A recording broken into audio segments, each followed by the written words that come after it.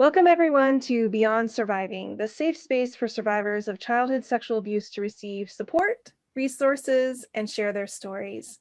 Beyond Surviving is about freedom, healing, connection, and even laughter and fun. Most importantly, it's about letting go of the pain of abuse and finally moving on. I'm Rachel Grant, and for those of you who don't yet know me, I've been a sexual abuse recovery coach since 2007, and I'm the author of Beyond Surviving, the final stage of recovery from sexual abuse. You can learn more about me and the Beyond Surviving program at rachelgrantcoaching.com.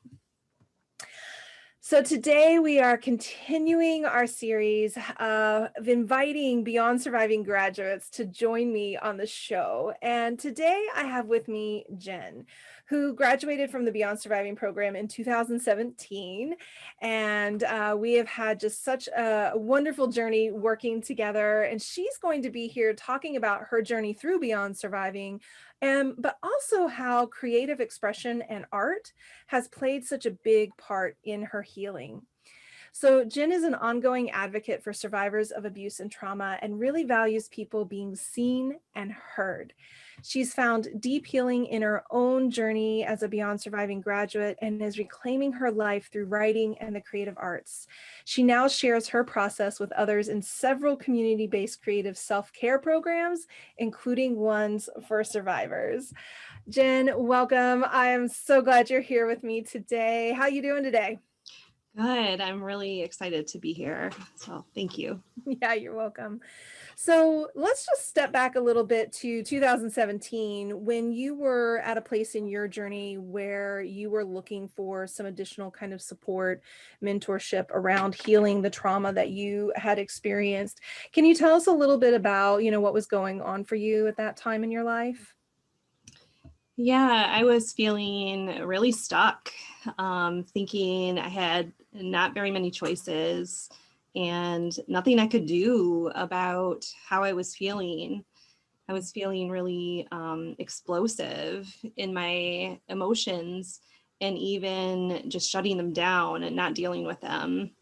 Um, I ruminated for days of things that I thought I was doing wrong or mistakes I would made, shoulda, coulda, woulda. And I was just really, really stuck in that rumination. Yeah. Yeah. Thank you for sharing that. This is such a common place where people, are in, first of all, the feelings being all over the place, sometimes explosive, sometimes shut down, that place of a lot of kind of self-judgment and feeling kind of really critical and being overwhelmed by all of that. What do you remember about the impact that that was having on your life? Like, what were some of the things that you were missing out on? Yeah, I was really missing out on community and relationships. I could not go very far in them beyond, what I pretended to be. And I pretended to be whatever the person in front of me was. Mm, I couldn't go past how is the family great? How are you? Wonderful. And I really missed out on having a community around me for sure. I felt very isolated. yeah. Yeah, and then you just step into the Beyond Surviving group program where all of a Yeah. sudden here you are dropped in with me and other women on this journey of healing. And what do you remember about like what was ultimately your reason for saying yes to that? Like what really inspired you about going on that particular journey? Yeah, I had been working with a therapist and I felt very stuck. And when I get stuck, I tend to go to maybe research is one where I go, and I just started to research things. And there was just something about the hope and the growth that I could see in the Beyond Surviving stories and just in your different interviews. And although like I wasn't sure if it was for me, it was, I was in a very low place.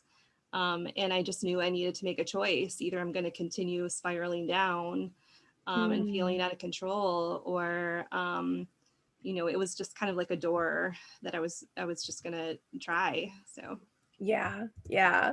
So you dive into this world and we begin, our work together step by step. And what were some of the major shifts for you? What really changed for you as a result of being in the program? Yeah. Well, right away, I noticed, I call it my gotta get it right, Jen self Mhm. of, anytime I would go to dive into the work, I'd be like, is this right? I don't know. I would ask you so many pages of questions. I was afraid to take risks. And, what really came out of that beyond surviving work was just the notion that I do have choices and that the world, life is happening and I can do something about it. And if not one thing, there's something else. And I think that was part of what allowed me to start taking those risks and part of what started on that journey of, it's not going to always be right. Yeah, cheers and hallelujah for that. Mhm. Yeah, I remember sitting with you in those conversations and working around that. And, and we talked a lot about how not alone you are in that. So many of us who experience trauma, have that part of us that says, got to do it right, got to do it perfect. And we have real experiences in which, we've maybe experienced harm when not getting it right. And that was a bit of your story as well. And some of the things that happened for you in childhood. And now that you've unpacked that a little bit more and you have more of a handle on that, what are you noticing are some of the things that just feel easier or more doable these days? Yeah, for sure. I notice that I really can decide what is mine to own and what is somebody else's. I think that's a big piece of my healing. Um, and also continuing that what's the next opportunity? What's my next choice? I had a time in my life where um, I decided to have a conversation with, my father about some things that were not great in my childhood. And he became very reactive. And I remember this point where, and a lot of my family members, they just did not want to enter in that conversation about what happened in the past and their current day behaviors. And I remember a day where that was so pivotal for me. I got a big brown envelope in the mail. And I opened it up, and it was from my father, and inside was a cover to a book I had given him. And he had pulled out all the pages and he had shredded them. And he had said, this is what you've done to the family. I hope you are proud of yourself. And I remember standing there, I can see it was a Saturday. And I remember standing there holding that, and almost like, what is going on here? This numbness and, all these feels were coming in and I was trying to process it. And then I had this really strong intuitive voice who I believe it really came from this eye of choice of do something with that shredded paper, and that ultimately led me to the life that I'm living today, that moment. So, yeah. Wow. So a painful moment, a very painful experience and moment. And historically, that might have been a place where you might have fallen apart a little bit or kind of collapsed, or maybe quick tried to make it right and Yeah. better and okay and fix it, fix it, fix it. And instead, you tapped into your empowered self. You tapped into choice in that moment. And then you took this material that was sent to you as a way to shame you or make you feel bad or wrong, and you did something else with it. Can you share with us a little bit more about how you actually transformed those objects? Mm-hmm. Yeah, so it was back to that do something with the shredded paper. And I was in the middle of transplanting a pot of lavender. And so the first thing I did was just put it right in the bottom of the pot and, put the dirt and the soil and the plant over it. And I thought this is going to transform into something that soothes me and that, serves me. And then I started to think, what else can I do with it? And, as I was racing, you do what you often do is I went to Google, like, what do you do with shredded paper? And I just saw all these art projects and I was like, yes. And so I started to color the paper, cut it, glue it, so many ways of transforming, collaging with it. And I found the favorite one, or the most impactful for me, was a directions on how to turn shredded paper into clay. And so part of that was pouring hot water on the paper and really picking it up and mixing it and tearing it. And it was through that process that I really began to feel and release, and really, I think that solidified what is mine to own and what is not. Like, this was not mine to own. This was my family's anger and my father's anger, and not mine. And so I remember just mixing it and forming it. And I've repeated that activity a few times. And each time it's just been a beautiful release of the past. And really what I can do, when I'm feeling this current day pain, for sure. Yeah. Yeah, total transformation. And, this is one of the most beautiful things about art and creativity. It's oftentimes a place of no rules, like on many, many levels, and just fully tapping into what you're feeling and what you want to do. And this is something that has continued to evolve for you. So, I want to hear a little bit more about how, was art and creativity kind of a part of your world before this moment? Was this act of using art in this way a critical shift for you? I want to hear a little bit more about that. Yeah, I had always been a writer. That's really how I process, is through writing. And I have a life as an educator, and, art had been a part of that with children. I'm kind of like a stick figure, kind of a, artist. But I have this creative soul that, it really allows me to see things differently. And it was just really nurtured through the Beyond Surviving program, and just, through play, like allowing myself to play, for sure. Yeah. Wow. And so talk a little bit about, why do you think art has been like, what are you doing in that process that is different from when you're just talking about your experience or trying to kind of verbally process something, or even through writing about something? Like, what would you say is, the thing that you're doing in art that you're not doing in these other modalities?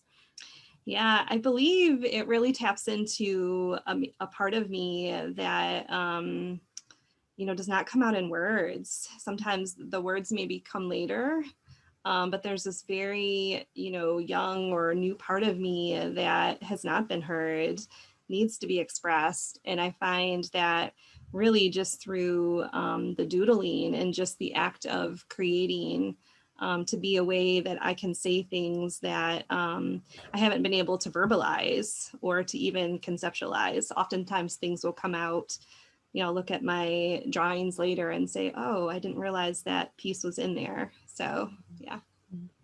Yeah. So, for those of you who are listening and you're thinking like, why is this thing that I've been thinking about and writing about and talking about, it's still kind of sitting there, or the energy hasn't shifted, one of the things to think about is, well, how could I access that through art? What if I just, create some space for creativity and just lean into it that way? Because I think you're absolutely right. There are ways in which we express ourselves. I think I do that through dance, sometimes through art, but it just always helps me, tap into those feelings that otherwise feel a bit inaccessible at times when I'm just trying to talk about it, so to speak.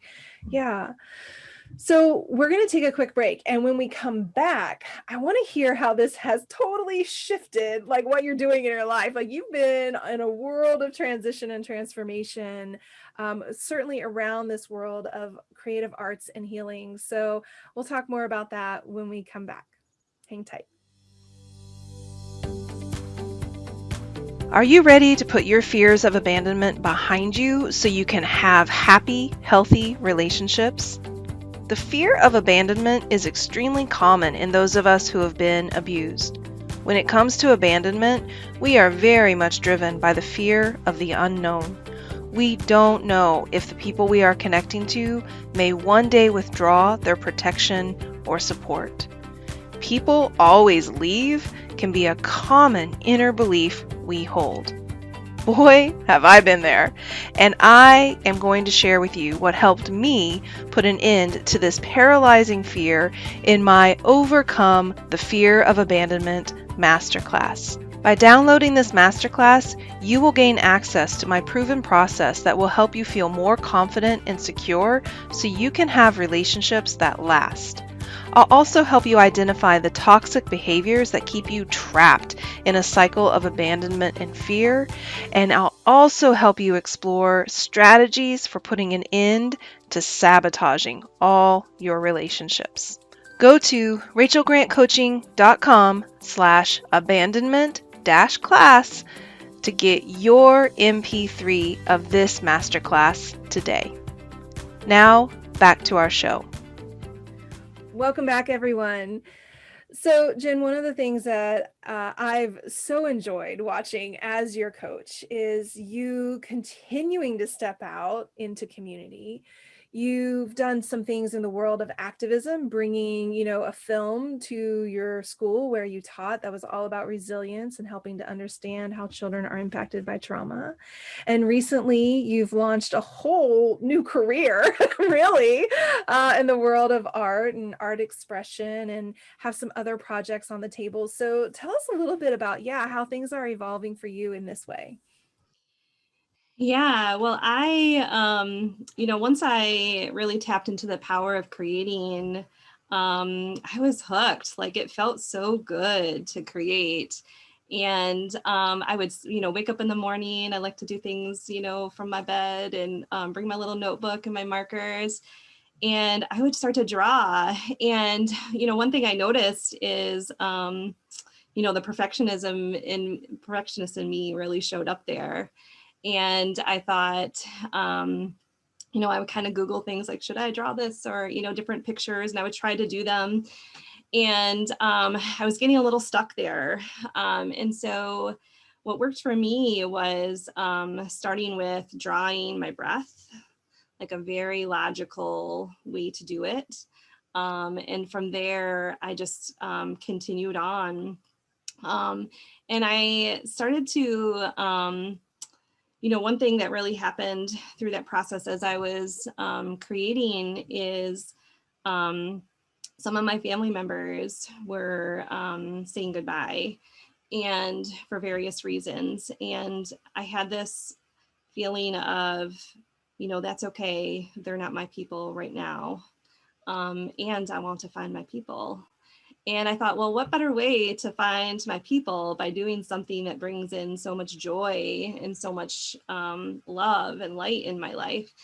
And so I continued to take steps. I contacted an art studio in my town, and, just a little email of, hey, I have this idea for this class where, people can come together and just create for the care of it, have some writing prompts, some art prompts, and really just kind of being a safe circle of people. And, lo and behold, they were like, yes, let's do it. And so, yeah, I started. And what better way to work on, perfectionism than like standing in front of a bunch of people and doing it. But, the people that came to that class, I did an 8-week, I started with an 8-week session. They really were, I just felt like the universe really chose them. They were just very nurturing, sweet, kind people that, I've really began some friendships with, and we really became this really beauty of a safe circle. So, yeah. Wow. This just makes my heart sing. Such a huge part of, what we're talking about here in Beyond Surviving is how can we just get on to living our lives? And crack open the things that we dream about and long for and want, and be able to step into it, right? Face any of those fears, or like, oh my gosh, what if I don't do this right? But I'm going to do it anyway. I'm going to go for it. And this whole world now that you've created, and this space for others that now get to also heal and process. And now you're working with teens too. And like, Yeah. whoa, what's that like, seeing the teens in this process? Yeah, as I worked with this group of women, I really felt a calling to teenagers, and there was a need for that in my community. So the next 8 weeks, I added, an 8-week class for teenagers that, still continue going on. And that has been such a joy and so healing for me to be in the space of teenagers and watching them connect, and even watching them, kind of fret about their artwork and being able to be there and encourage, and it really gave me a real sense of, what really connected me to my teenage self, and, what teenagers are like. So it was very reciprocal in the joy and the healing, all the way, in both ways. Yeah. Yeah, let's talk a little bit more about that piece, how art helps you not just process and tap into maybe feelings or emotions that you want to express, but this idea of parts of self. Can you say a little bit more about what you mean when you say like this helped me like more connect with my teenage self, and what did that really look like, and what shifted or changed because of doing so? Yeah, I think I really realized, teenagers put a lot of pressure on themselves to, in the world of perfectionism, or in the world of just showing up, and, relationships and all these kind of things. And, we did an exercise of writing a love letter to ourselves. And that was really difficult for those teenagers. They were like, can we write it to somebody else? And so it was really difficult to do it on their, do it to themselves. And when I did, I do the exercises right along with them. And I really wrote it to my teenage self. And I think being in the room with teenagers really allowed me to heal that part of my past as a teenager, in a volatile situation. So that definitely, and to see those teenagers really go through that exercise and give themselves, the love that they deserve, and to educate them that this is important, was a great moment for me. That's amazing. So along the way, you've been kind of dropping here and there some exercises that you really like and that you've done, taking something and transforming it. So thinking about, there might be an object. I know, like one of my clients had these mugs that her father, who had abused her, had given her, and she hated them, but she kept them, right? Like this obligation piece. Mhm. And she took a hammer to those bad boys, and then created like a whole new like mosaic with that, right? So this world in which we can take objects and materials and we can transform them in order to heal. This idea of drawing your breath. So I think what that is like you inhale and you like Yes. do a line up, and you exhale and you do a line down. This is like, I've stolen that exercise, by the way. And I use it in Beyond Surviving because it's like this way to kind of visually see, like, am I activated? Am I relaxed? Am I regulating? Yes. Yeah, absolutely. And then, writing letters to parts of ourselves. Are there any other, I'm just wondering if there's like maybe one or two exercises that you might want to share with our listeners that you've just found to be just really transformative and healing. Yeah, when I was getting started, I found, and I share this in my class, a lot of people are really intimidated by a whole page to create in. And so a really great way that I got started is to simply trace a circle on that page, anywhere on the page, and then just begin to doodle and move inside that circle. You know, there's no intention, there's no I'm going to draw a tree. It's simply just being with your breath, being with whatever you're feeling, whatever marks your body wants to make at that moment. It is all okay. And that is a really great tool. And I've also, you know, after you make the marks, you can go back and you can, you know, fill it in with color, you can add to it over time. And, you know, it really just gives you, when you think about how important it's really about the process. I mean, over and over in my classes, I talk about this is the process. You know, we're not all making, you know, penguins. We're not all going to look the same. You know, we're all going to be different. And I think the more than I've tapped into, it's the process. That's the golden part. The more I can continue to create. Yeah, amazing. And now you're thinking about expanding this work and doing some collaboration, I think, in the world of yoga. Yeah, what's Yeah. going on there? Yeah. So in one of my first, you know, creative self-care classes, which is what I call my classes at the studio, there was a yoga teacher, and we both were just kind of like drawn to each other. And, you know, we would chit chat. And she just said, you know, I'm a yoga teacher, and I really think this would be a great addition as an overall wellness. You know, people would want to do some yoga and then go over to the table to create, to kind of finish another way to express. And I was so interested in that. And we formed this beautiful partnership. We had a beautiful class, and just recently, and it was great. It was, you know, it felt like an embodiment of, you know, our whole body. And then we did some writing on the mat. And then when you were finished, we went over to the table and just created a whole, it was just a whole process. And then coming together afterwards and talking about our experiences. It was such a beautiful, beautiful partnership. And, you know, from there, I continued to, I had never thought of yoga as someone I would partner with, but I continued on, and I found more people that were interested in this kind of new thing in my community. And I was fortunate to find one yoga teacher who I began to tell him the story of my class. And that yoga teacher, you know, was able to resonate with that. And I said, you know, I have this stretch goal of making a class for survivors. And she's like, I'm in. And so, yeah, we're just in the process of collaboration and creating a class specifically where survivors can feel safe and just to really give them self-care in a community. Yeah. Yeah.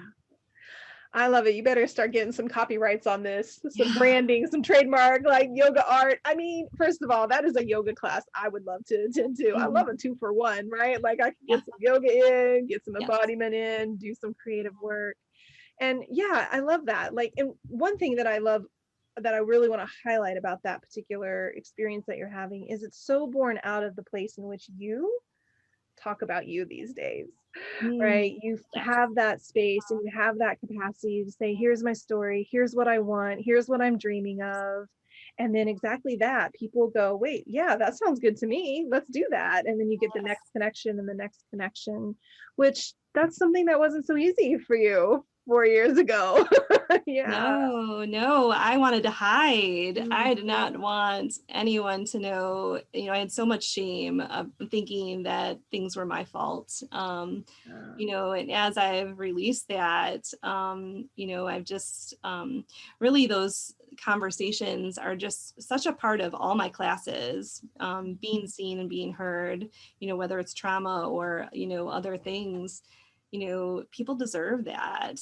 And I'm so interested in people's stories. You know, and it's such a full circle thing coming from, I don't want community. You know, I'm so isolated, I cannot be myself, to, I want you to know me and I want to know you. Yeah, it's been such a beautiful feeling, and it's changed my life for sure. Yeah. Okay. I'm getting teary-eyed, you all, because what matters to me so much in the work that I'm doing is that people get to get their lives back. Like, we're not meant to suffer forever and live a limited, boxed in, diminished life because of trauma. And I sit here with you today and I'm so thinking about, the freedom and the possibility and how much you've healed and grown. And I'm thinking about those kids who are sitting there getting mentorship from you, those women who are going to be in those yoga classes, and just how much your reach is now. Like, you have so much opportunity now to impact the lives of others. And that trickle down effect of healing is what gets me like the most jazzed and excited about things. Yeah. So the more we all heal, the better world we have. Most definitely. Yes. Yes. So somebody who's sitting, listening, resonating with a lot of the feelings that you've shared today, noticing that their life isn't what they want it to be, is maybe also feeling isolated or scared, or just knowing that the things that they want to do aren't going to happen because they're so struggling with the trauma that they experience still. What would you like to say to that person today? Yeah. Oh, yeah. Right away, what came to mind, I had a woman say to me, I see that you've had a very narrow path in your life, and I want you to know that each step you take, the path is going to get wider and wider. And so that is my number one. Take a step. Take a step, even if it's one thing, a phone call, an email, a research. Take a step, and that will open up the world, into deeper healing for sure. I love that, Jen. Thank you so much for being here today, for sharing your story, for being my guest. It's so fun to have my Beyond survivors here. And you and I have particularly worked together for a good long time, and we're continuing our journey together. And I'm just excited to see how things continue to unfold. Oh my goodness, Jen, the one I see in you is world changer and vibrant and soulful and creative, of course. Yes.